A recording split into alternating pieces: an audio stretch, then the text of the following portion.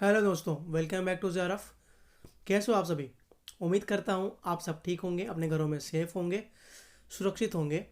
मैं हूँ जहैब और मैं पढ़ा रहा हूँ बायोलॉजी नीट के लिए, 11th के लिए और 12th के लिए। अगर आप फर्स्ट टाइम मेरे चैनल विजिट कर रहे हैं, आपने मेरे चैनल को सब्सक्राइब नहीं किया अभी तक, तो सब्सक्राइब कर दें, मुझे थोड़ा सपोर्ट कर दें। अगर आप सब्सक्राइब नहीं करेंगे तो मैं वीडियो किसके लिए लाऊंगा? अब कोई देखेगा ही नहीं मेरे वीडियो को, कोई सब्सक्राइब ही नहीं करेगा चैनल को, तो मैं किसके लिए वीडियो बनाऊंगा? तो आपको लोग के लिए तो बना रहा हूँ मैं वीडियो।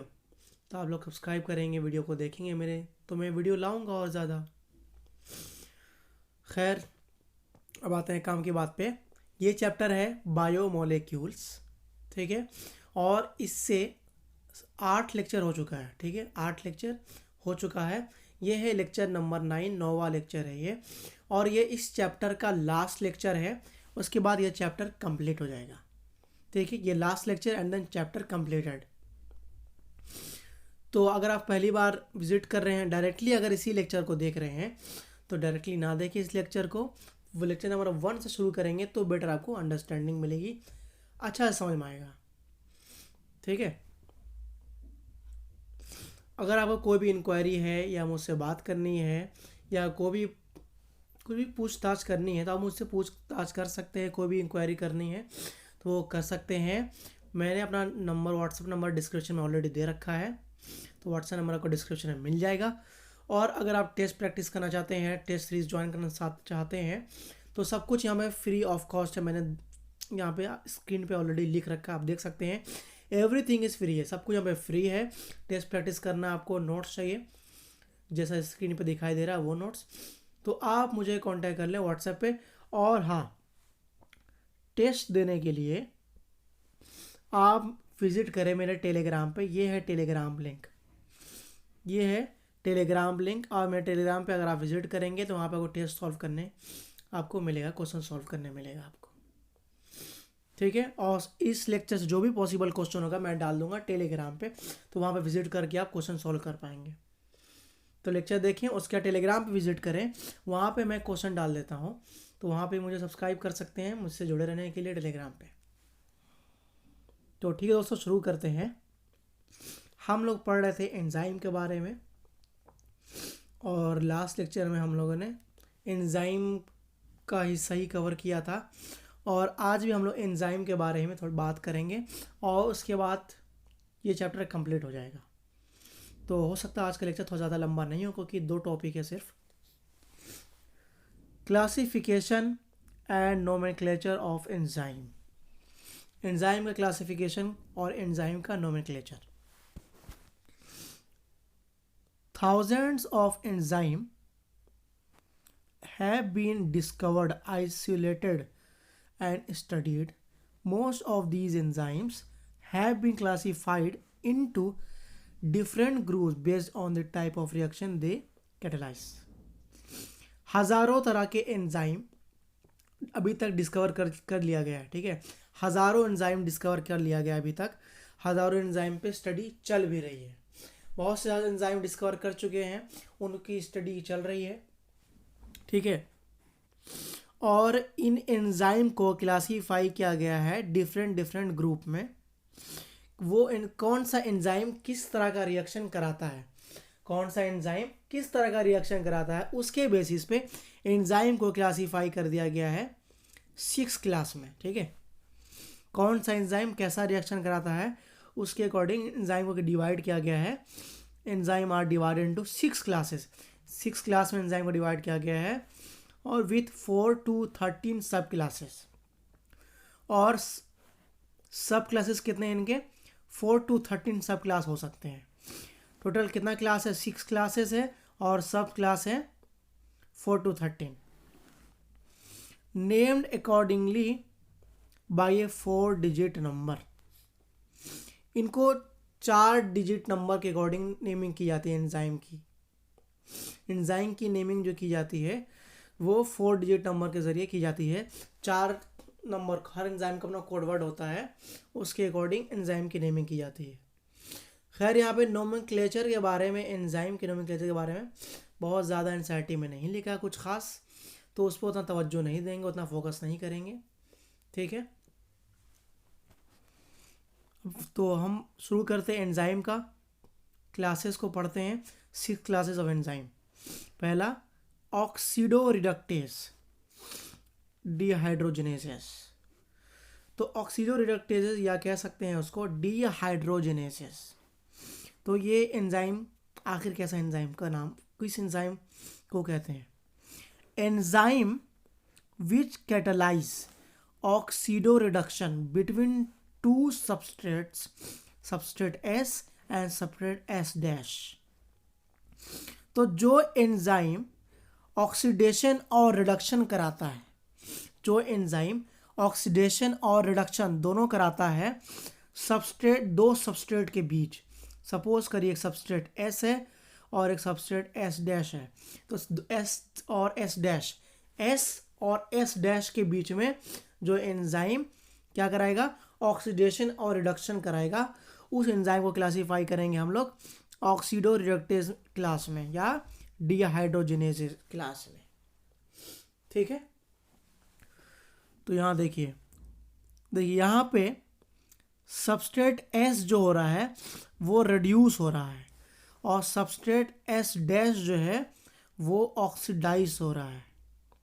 ठीक है, रिएक्शन से पहले का फिगर है। रिएक्शन के बाद देखिए सबस्ट्रेट एस पहले क्या था, रिड्यूस्ड में था, लेकिन रिएक्शन के बाद जब हम ऑक्सीडो रिडक्टेजेस एंजाइम अप्लाई करेंगे तो क्या होगा, जो रिड्यूस्ड सबस्ट्रेट होगा वो ऑक्सीडाइज हो जाएगा। देखिए एस रिड्यूस था, अब एस ऑक्सीडाइज हो गया, और एस डैश ऑक्सीडाइज्ड था लेकिन वो रिड्यूस्ड हो गया। ठीक है, बिल्कुल अपोजिट हो जाएगा रिएक्शन के बाद अगर हम लोग ऑक्सीडो रिडक्टेजेस एंजाइम अप्लाई करेंगे या डिहाइड्रोजनेसेस एंजाइम अप्लाई करेंगे। ठीक है, आगे बढ़ते हैं।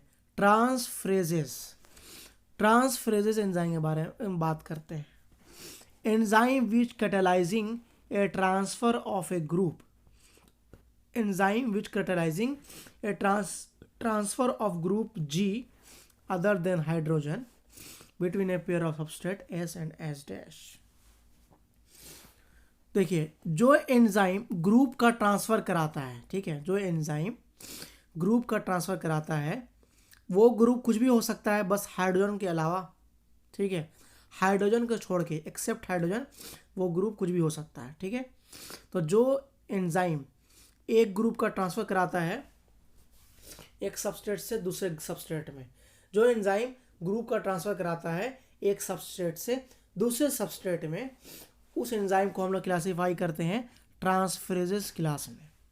देखिए यहाँ पे देखिए इस सबस्ट्रेट को देखिए, इस सबस्ट्रेट, ये सबस्ट्रेट एस है और सबस्ट्रेट एस से ग्रुप G अटैच है। ठीक, तो इस सबस्ट्रेट को ऐड किए एस डैश के साथ। ठीक है, तो रिएक्शन के बाद देखिए सबस्ट्रेट एस के पास ग्रुप G था, लेकिन रिएक्शन के बाद ये ग्रुप G निकल करके यहाँ से, ये ग्रुप G निकला और ट्रांसफ़र हो गया एस डैश के पास, एस से निकला और एस डैश के पास ट्रांसफ़र हो गया। यहाँ देखिए, है ना, तो ग्रुप G का ट्रांसफ़र कहाँ से हुआ, एस से ट्रांसफ़र हो गया एस डैश के पास। देखिए ग्रुप G एस से, सबस्ट्रेट एस से निकला और सबस्ट्रेट एस डैश के पास चला गया। ठीक है, तो ट्रांसफेरेजेस एंजाइम ट्रांसफ़र कराता है ग्रुप का। ठीक है, अब आता है hydrolysis. Enzyme catalysing hydrolysis of ether, peptide, glycosidic, C single bond C single bond halide और PN बॉन्ड्स। एंजाइम जो हाइड्रोलाइसिस कराता, मतलब कि एंजाइम जो वाटर का एडिशन, हाइड्रोलाइसिस मतलब वाटर का एडिशन, H2O का एडिशन, तो जो एंजाइम H2O को ऐड कराता है सबस्ट्रेट में, उस एंजाइम को हम लोग हाइड्रोलेसिस क्लास में क्लासीफाई करते हैं। देखिए सपोज कि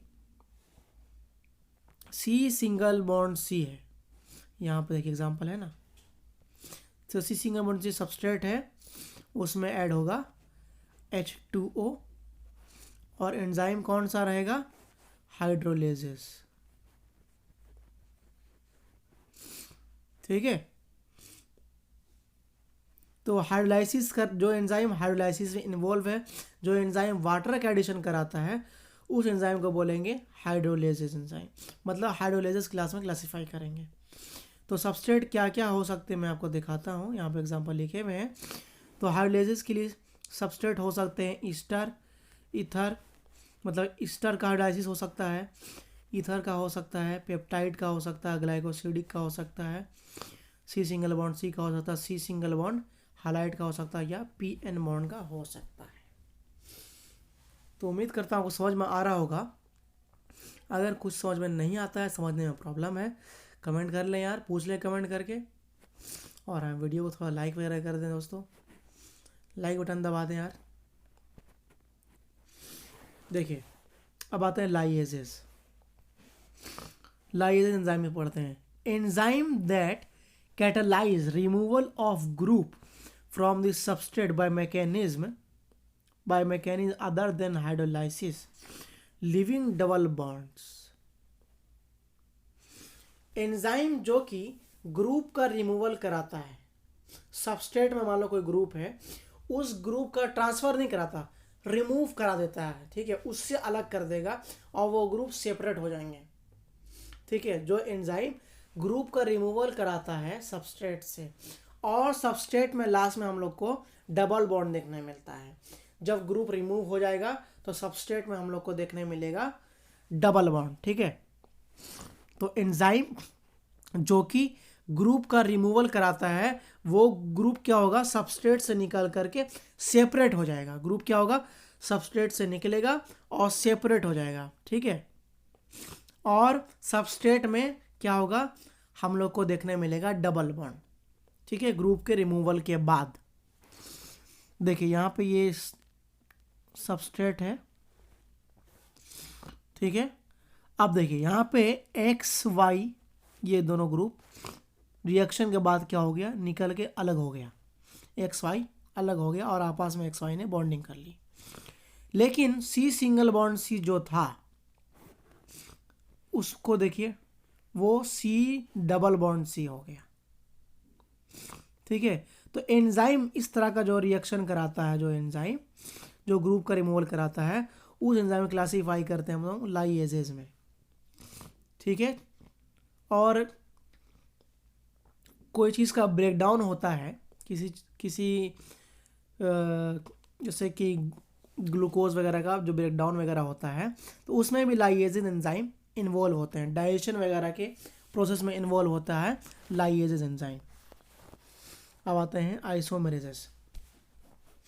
आइसोमेरेजेस includes all enzymes catalyzing interconversion of optical, geometrical और positional isomers.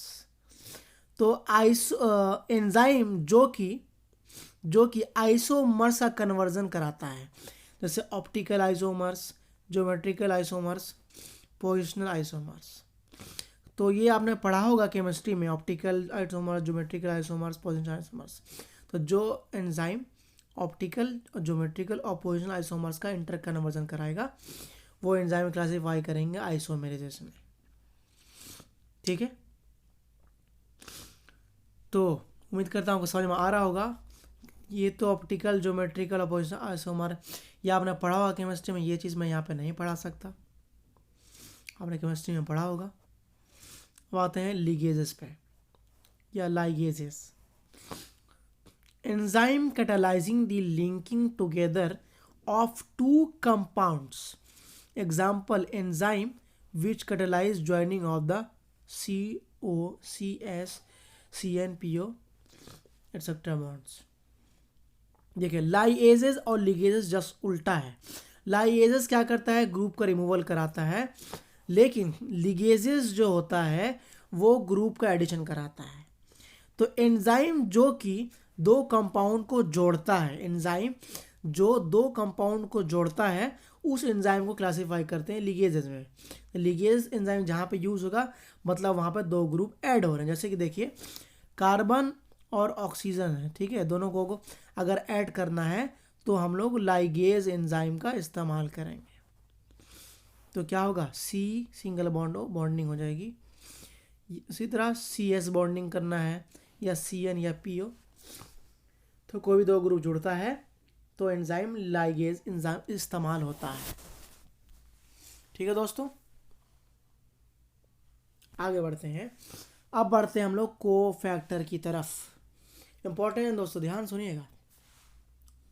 Enzyme are composed of one or several polypeptide chains.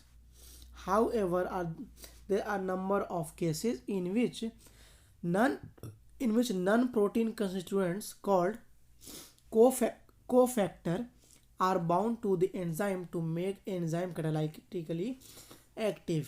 In these instances, the protein portion of the enzyme is called the apoenzyme. चलिए मैं आपको समझाता हूँ। ये जो लंबा चौड़ा लिखा हुआ है इसको मैं समझाता हूँ अच्छे से ताकि आपको बढ़िया समझ में आए।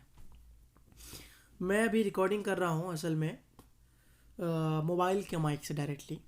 मैं बाहर आया हुआ हूँ, पिछले लेक्चर में बताया था मैं घर पर नहीं हूँ, बाहर आया हूँ, सफ़र में हूँ और मेरा माइक घर पे ही छोड़ गया, भूल गया था मैं। तो हो सकता है कि आवाज़ आपको उतनी अच्छी ना मिले, वॉइस क्वालिटी, तो माइंड मत करिएगा।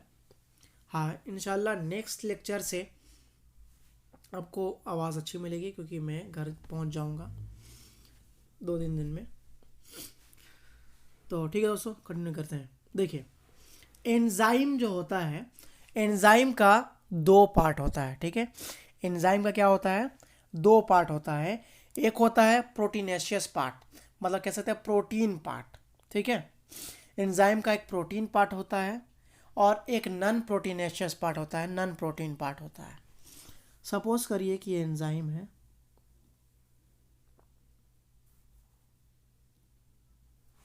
देखिए समझिए कि ये जो एंजाइम का प्रोटीन पार्ट है और ये प्रोटीन नॉन प्रोटीन पार्ट है,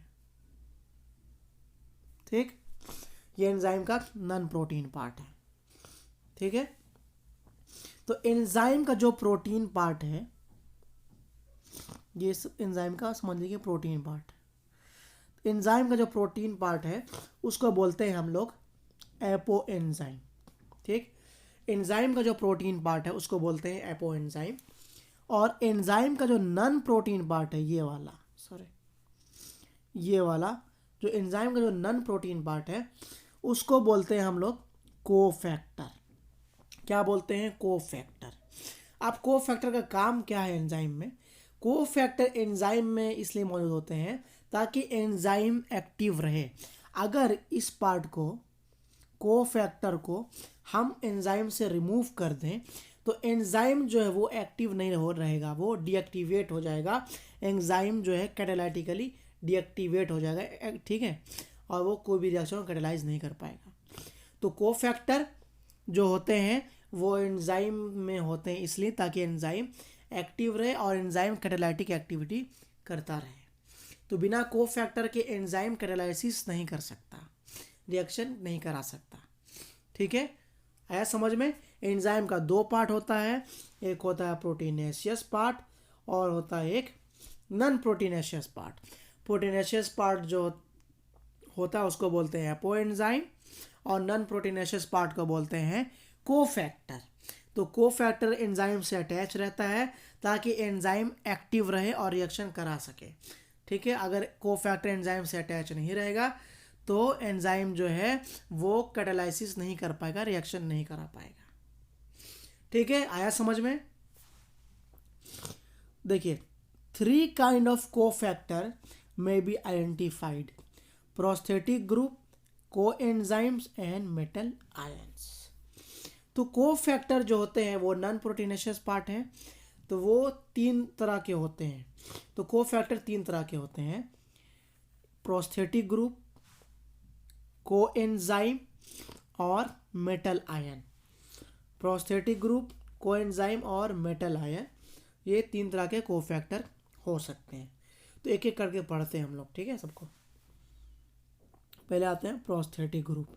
prosthetic group are organic compound are distinguished from other cofactor in that they are tightly bound to the apoenzyme. Prosthetic group जो होते हैं वो अदर कोफैक्टर से क्या डिफरेंस है उसमें? तो प्रोस्थेटिक ग्रुप ऐसा कोफैक्टर है, प्रोस्थेटिक ग्रुप जो है वो ऑर्गेनिक कंपाउंड है। पहला तो प्रोस्थेटिक ग्रुप जो है वो ऑर्गेनिक कंपाउंड है, ठीक है। और प्रोस्थेटिक ग्रुप जो होता है वो एंजाइम से, मतलब एपो एंजाइम से, प्रोटीनेशियस पार्ट से, एपो एंजाइम से प्रोस्थेटिक ग्रुप जो होता है वो टाइटली बाइंडिंग करता है, ठीक है। और वो एंजाइम से अटैच रहता है स्टार्टिंग से ही, ठीक है। मतलब कि वो एंजाइम से रेगुलरली अटैच रहता है, कभी डी अटैच नहीं होता, टाइटली बाइंडिंग किए रहता है, ठीक है, प्रोस्थेटिक ग्रुप एपो एंजाइम से। For example in peroxidase and catalase which catalyze the breakdown of the hydrogen peroxide to water and oxygen. Heme is the prosthetic group and it is the part of the active site of the enzyme. देखिए पेरोक्सिडेज and catalase, ठीक है, इन दोनों enzyme में की बात करें तो पेरोक्सिडेज और कैटालेज ये दोनों एंजाइम जो होता है वो हाइड्रोजन पेरोक्साइड को ब्रेक डाउन कराता है वाटर में और ऑक्सीजन में, ठीक है। हाइड्रोजन पेरोक्साइड का ब्रेकडाउन कराता है वाटर में और ऑक्सीजन में, ठीक है। तो पेरोक्सिडेज और कैटालेज में जो प्रोस्थेटिक ग्रुप है वो है हीम, HAEM, हीम, ठीक है। तो समझ में आ रहा है आपको? हीम जो है वो प्रोस्थेटिक ग्रुप है, कौन से एंजाइम में? पेरोक्सिडेज और कैटालेज में, ठीक है। और ये हीम जो है वो एक्टिव साइट का हिस्सा भी है, एक्टिव साइट का हिस्सा है एंजाइम के, ठीक है। आगे बढ़ते हैं। Coenzyme are also organic compound but their association with the apoenzyme is only transient usually occurring during the course of catalysis. देखिए अब दूसरा कोफैक्टर को पढ़ते हैं हम लोग। देखिए को एंजाइम, प्रोस्थेटिक ग्रुप पढ़ लिया हमने, अब आता है को एंजाइम। को एंजाइम भी ऐसा कोफैक्टर है, ये भी ऑर्गेनिक कंपाउंड है, ठीक है। को एंजाइम क्या है? को एंजाइम भी ऑर्गेनिक कंपाउंड है, ठीक है। को एंजाइम क्या है? को एंजाइम भी ऑर्गेनिक कंपाउंड है और को एंजाइम एपो एंजाइम से हर वक्त अटैच नहीं रहता, ठीक है। को एंजाइम एपो एंजाइम से हर वक्त अटैच नहीं होता। जब एंजाइम जो है रिएक्शन करने जाता है, ड्यूरिंग द रिएक्शन, जब एंजाइम रिएक्शन करने जाता है, जब एंजाइम कैटालाइसिस कर रहा होता है उस वक्त को एंजाइम आता है और एपो एंजाइम से अटैच होता है, ठीक है, ठीक है, आया समझ में? लेकिन प्रोस्थेटिक ग्रुप में ऐसा नहीं है। प्रोस्थेटिक ग्रुप वो हर वक्त एपो एंजाइम से अटैच रहता है, ठीक है, रिएक्शन से पहले भी, रिएक्शन के दौरान भी और रिएक्शन के बाद भी। लेकिन को एंजाइम जो होता है वो सिर्फ और सिर्फ तभी अटैच होता है एपो एंजाइम से जब जब जब रिएक्शन हो रही होती है, तब, जब एंजाइम कैटालाइसिस कर रहा होता है तब। Furthermore, coenzymes serve as cofactor in a number of different enzyme catalyzed reaction. देखिए कोएंजाइम का एक और जो फैक्टर ये है, देखिए एक coenzyme different type of enzyme में अटैच हो सकता है, एक सिंगल कोएंजाइम। फॉर एग्जांपल देखिए, समझिए कि एक कोएंजाइम है ए, ठीक है, सपोज करिए एक कोएंजाइम है ए और different type of enzyme suppose करिए जे है, के है और एल है। तो ये जो कोएंजाइम है ये एंजाइम जे से भी अटैच हो सकता है, ठीक है, या ये चाहे तो के से भी अटैच हो सकता है और रिएक्शन करा सकता है, या ये चाहे तो एल से भी अटैच होता है, हो सकता है, मतलब किसी भी एंजाइम से अटैच हो सकता है एक कोएंजाइम। लेकिन प्रोस्थेटिक ग्रुप जो है वो सिर्फ और सिर्फ एक खास एंजाइम से अटैच रहता है, ठीक है, किसी और दूसरे तीसरे एंजाइम से अटैच नहीं हो सकता, वो अपने एक खास एंजाइम से अटैच रहता है prosthetic group. The essential chemical component of many enzymes are vitamins, example coenzyme nicotinamide, adenine dinucleotide, NAD and NADP contain the vitamin niacin. देखिए कोएंजाइम जो होते हैं वो विटामिन भी कंटेन करते हैं। कोएंजाइम जो होते हैं, कुछ कोएंजाइम जिनके अंदर विटामिन भी देखने मिलता है, जैसे कि कोएंजाइम निकोटिनामाइड एडेनिन डाइन्यूक्लियोटाइड, मतलब कि NAD, और दूसरा है NADP। तो ये दोनों कोएंजाइम जो हैं इनके पास विटामिन नियासिन देखने मिलता है, विटामिन नियासिन। तो याद रखिएगा दोस्तों। आगे बढ़ते हैं।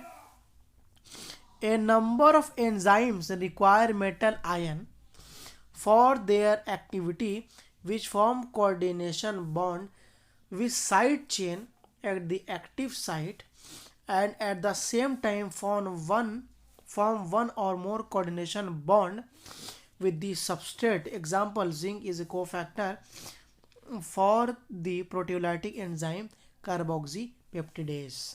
देखिए इंपॉर्टेंट पॉइंट, अब आते हैं तीसरा कोफैक्टर पे जो कि है मेटल आयन। मेटल आयन भी एक कोफैक्टर है, ठीक है। मेटल आयन किस तरह काम करता है देखिए, ठीक, जब रिएक्शन हो रहा होता है तो मेटल आयन जो होता है वो एंजाइम के एक्टिव साइट से कोऑर्डिनेशन बॉन्ड बनाता है और उसी वक्त सबस्ट्रेट से भी कोऑर्डिनेशन बॉन्ड बनाया हुआ होता है, मतलब दोनों तरफ। देखिए सपोज करिए ये है सबस्ट्रेट और ये सपोज करिए ये है मेटल आयन, ये कोफैक्टर है मेटल आयन, ये है सपोज करिए सबस्ट्रेट, और ये है सपोज करिए एंजाइम है, और ये एंजाइम का एक्टिव साइट है, ठीक। तो ये जो मेटल आयन जो कोफैक्टर जो है वो रिएक्शन के दौरान एंजाइम के एक्टिव साइट से भी बॉन्डिंग किए रहेगा और सबस्ट्रेट से भी बॉन्डिंग कर किए रहेगा, ठीक है। तो जिंक जो है एक कोफैक्टर है, मेटल आयन है, कौन से एंजाइम के लिए? प्रोटियोलाइटिक एंजाइम कार्बोक्सीपेप्टिडेज के लिए, याद रखिएगा। तो मेटल आयन जिंक कोफैक्टर की तरह काम करता है प्रोटियोलाइटिक एंजाइम कार्बोक्सीपेप्टिडेज के लिए। तो ये सब एग्जाम्पल आपको याद रखना जरूरी है, important. Catalytic activity is lost when cofactor is removed from the enzyme which testifies that they play a crucial role in the catalytic activity of the enzyme। देखिए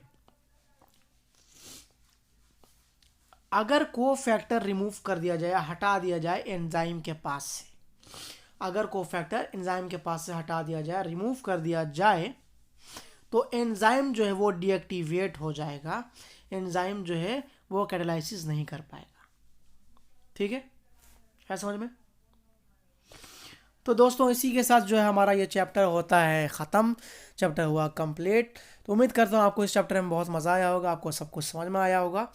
अब मैं सोच रहा हूँ कि अगला जो है चैप्टर मैं 11 से शुरू करूँ, ह्यूमन फिजियोलॉजी। कोशिश तो मेरी यही रहेगी कि मैं ह्यूमन फिजियोलॉजी शुरू करूँ। अगर आप कोई सजेशन देना चाहते हैं तो मुझे व्हाट्सएप पे कांटेक्ट करके दे सकते हैं, ठीक है। तो ठीक है दोस्तों, थैंक यू। मिलते हैं लेक्चर नए चैप्टर में, लेक्चर ये तो कंप्लीट हो गया ना, नए चैप्टर में मिलते हैं। थैंक यू दोस्तों।